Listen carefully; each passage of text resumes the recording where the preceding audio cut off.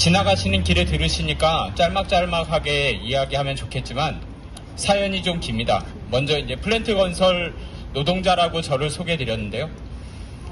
아마 그 학교 다니셨던 기억을 좀 더듬어 보시면 플랜테이션 농업 뭐 좀 기억에 남는 분들도 계실 겁니다. 대규모 생산형 농장을 의미하죠. 그 플랜트입니다. 플랜트 건설 노동자들은 투자를 해서 생산을 뽑아낼 목적으로 하는 건물, 즉 공장과 발전소, 제철소 등을 만드는 노동자라고 할 수 있을 것입니다. 그 플랜트 시설을 짓고 있는 건설 노동자들이 지금 해외로 일자리를 찾아 떠나고 있습니다. 우리나라에 건설 현장에 일자리가 없어서 수많은 노동자들이 해외로 나가고 있습니다. 그래서 우리 노동조합의 조합원들, 플랜트 건설 노동자들이 작년에 미국에서 모진 수모를 당했습니다. 합법적으로 그들이 필요해서 와달라고 해서 기술을 가르쳐주러 자신의 기능을 바탕으로 그 나라의 생산시설을 짓기 위해 갔었습니다. 그런데 아주 야만스럽게도 쇠사슬로 묶고 말도 안 되는 위생시설에 감금을 하고 그러한 수모를 당해야 했습니다. 그런데 여러분, 그런데도 가겠다라고 하는 노동자들이 많습니다. 왜 그런지 아십니까? 착취받을 기회조차 절박한 게 지금 우리 노동자들의 삶입니다. 해외로 나가는 노동자들 뿐만이 아닙니다. 저는 지금 용인에서 SK 하이닉스가 짓고 있는 반도체, 요즘 정말 뜨겁고 핫하죠. 이재명 정부가 민간에서만 4,750억 원이, 아니 4,750조가 넘는 정말 상상도 안 되는 그런 메가 프로젝트를 하겠다라고 하는 그 반도체 건설 현장에, 거기에서 공정을 다그치는 현장에서 일을 하다가 산재를 당해 손가락이 부러져서 일을 못하고 있는 노동자입니다. 현장에 불법이 가득하고 노동자들을 위험으로 내모는 일들이 계속 반복되고 있음에도 불구하고 그 일자리조차, 나는 착취받을 기회조차 절실히 필요하다라며 구역구역 찾아들 수밖에 없는 게 우리나라 현실입니다. 그런데 우리는 또 이상한 착각에 빠져 있습니다.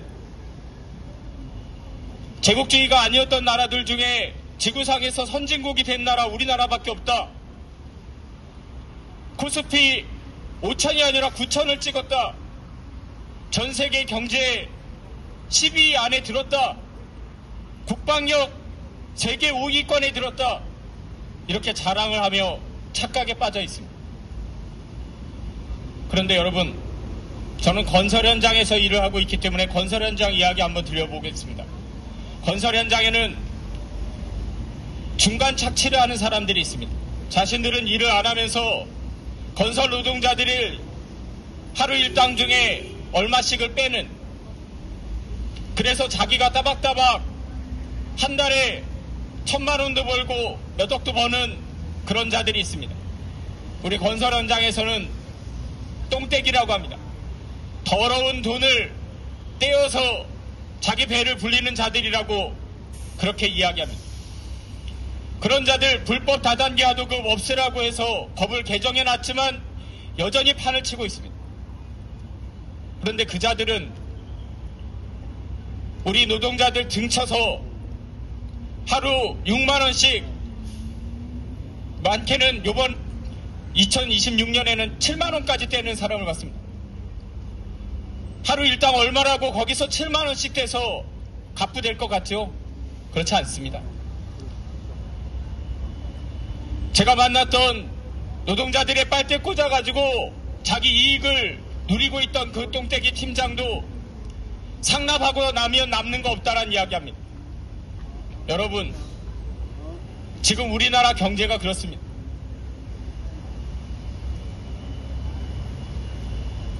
북이나 다른 나라들에 비해서 잘 사는 것 같다고 해서 우리가 정말 잘 사는 것인가? 우리가 노력한 만큼의 대가를 받고 있는 것인가? 생각해 봐야 합니다.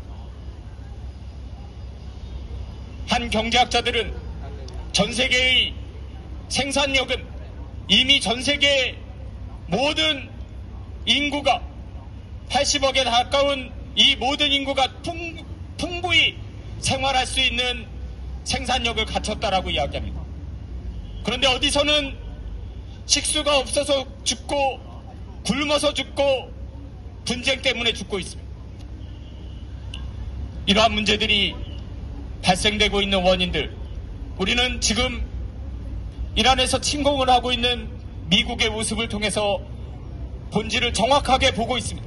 하지만 외면하고 있습니다. 심지어 건설 노동자들 휴게소에서 주식을 갓 시작한 사람들이 트럼프가 이란을 제대로 한번 때려주면 주가가 더 폭락해서 자기 돈으로도, 자기가 가진 그 작은 돈으로도 투자할 수 있겠다며 오히려 이 참혹한 전쟁을 자기가 먹고 사는 한 방편으로 생각하는 비인간적인 시대를 살게 되었습니다.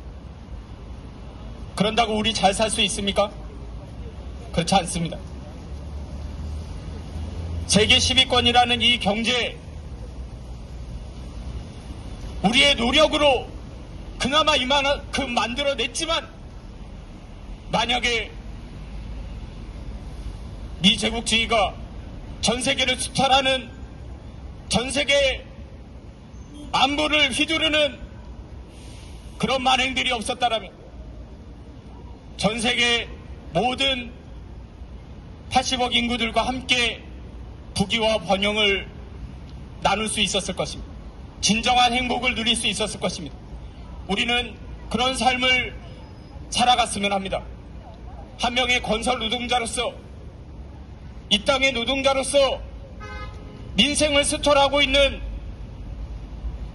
미국의 모습, 우리 플랜트 건설 노동자들에게 자기 가족들과 함께 따뜻한 가족들 밥같이 먹는 그런 삶을 누리지 못하고 미국에 강제로 투제당해서 공장 짓고 있는 그 현장에 가서 일을 해야 되는 이 현실, 우리가 가진 것을 뺏기면서도 마치 우리가 미국의 혜택 때문에 잘 살게 되었다고 착각하게 만드는 이 가스라이팅을 극복하고, 우리가 일한 만큼의 대가, 우리가 열심히 사는 만큼 풍요가 있다면 전 세계 더 어려운 민중들과 함께 나눌 수 있는 진정한 선진국, 부유한 국가를 같이 만들어갔으면 좋겠습니다. 그 길에 우리의 주권을 휘두르고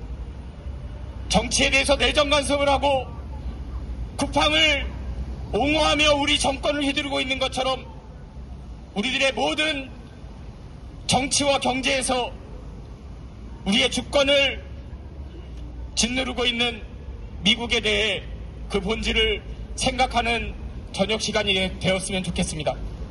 저는 다시 또 건설 현장으로 돌아갈 것입니다.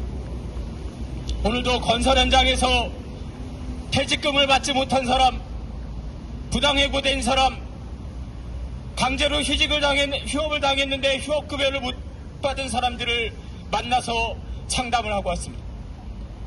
이렇게 우리들의 삶을 옥죄고 있는 우리의 현실, 아마 지나가시는 많은 노동자분들도 나도 갑질 한번 당해봤는데 그런 거 많으실 겁니다. 이러한 문제들의 근본적인 원인은 어디에서 기인했는가? 우리는 왜 보편적으로 당당하게 우리의 권리를 주장할 수 없는 직장의 현실에 매여 있는가? 그 부분을, 근본적인 문제를 정치 내정 간섭을 하고 있는 미국에 한마디도 못하고 있는 우리 사회의 모습에서부터 되돌아봤으면 좋겠습니다. 힘차게 투쟁하고 우리 국가 주권과 경제 주권 모든 것을 되찾아오는, 더 나아가서 저 앞서서 말씀하셨던 분의 민족 주권을 되찾아오는 그날까지 함께 투쟁하고 함께 생활해 나갔으면 좋겠습니다. 말씀 마치겠습니다. 감사합니다.